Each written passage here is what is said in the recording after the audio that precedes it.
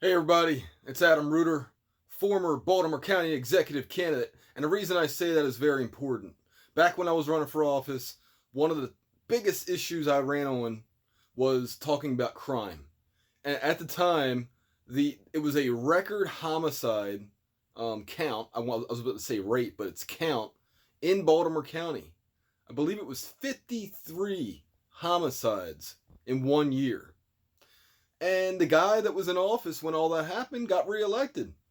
But look, I'm not here to talk about myself. What I'm here to talk about is that crime should be a bipartisan issue.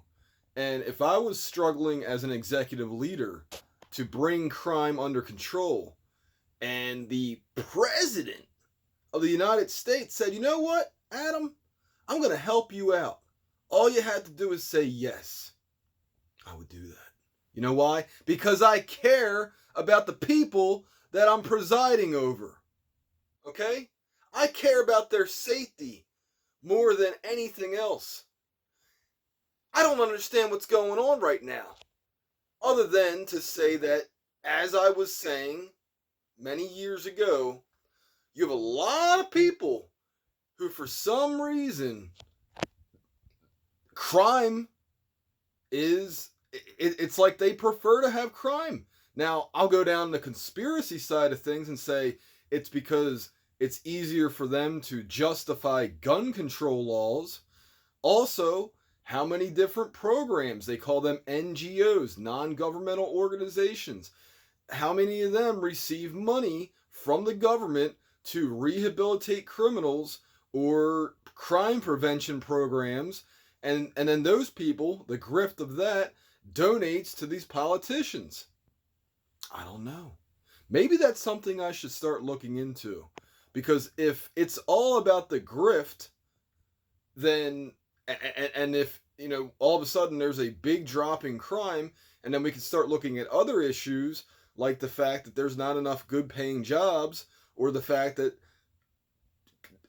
everyday cost of living is too expensive. So if you have the crime problem being addressed almost fully, then all of a sudden the spotlight's going to go on other issues, because then the news media, such as WBAL, WJZ, WBFF, and WMAR, they have to start talking about other issues because, now if it bleeds, it leads. Well, there's nobody bleeding, so you're going to have to look at, oh my goodness, people are struggling to pay rent. Oh my goodness, there's no jobs for our youth, college graduates, high school graduates. So the government will then be exposed for their incompetence.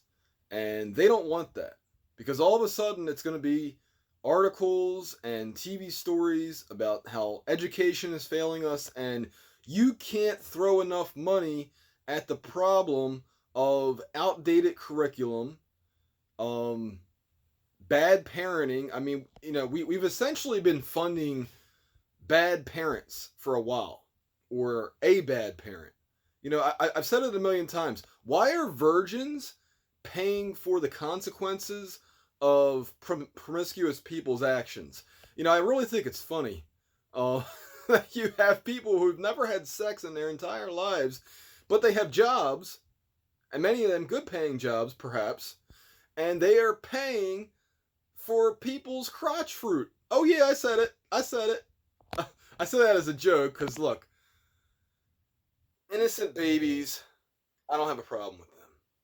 I do have a problem with their parents that don't know how to parent, because maybe they just aren't that smart, and if the government wasn't propping them up, they wouldn't be able to provide for their kids. And I'm not saying, hey, starve the children and, make sure they don't have proper shelter, but Jesus, we have to eventually cut that off at some point. And, yeah, it takes a village, but geez, keep your legs shut. Anyway, yeah, I went there. Anyway, back to the violence issue.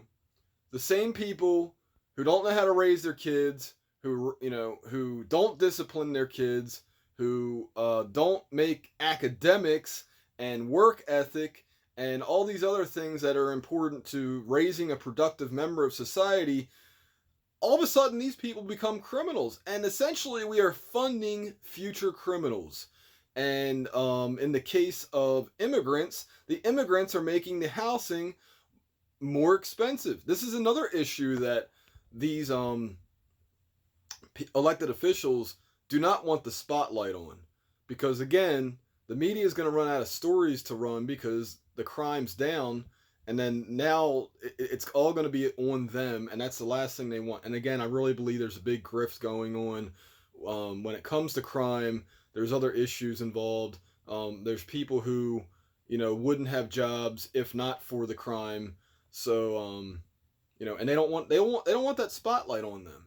And also they don't want the spotlight on prosecutors and judges who are giving probation before judgment, and then next thing you know, they're killing their wife and their 6-year-old daughter in Catonsville. Yes, I went there again because it's a story that we shouldn't forget about.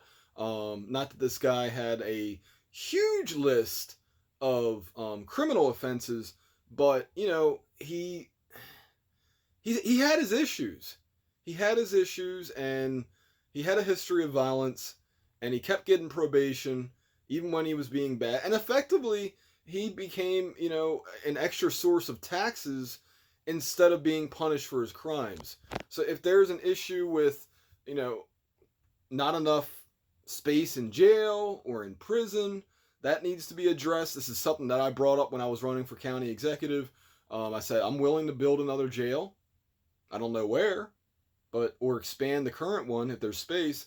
But the idea is that, if the population increases, that means more than likely crime is going to increase just based on numbers alone.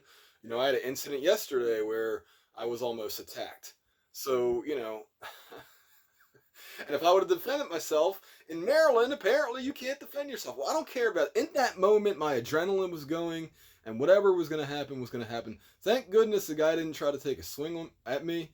But anyway, that's a story for another day. Thank you all for watching, and more to come soon.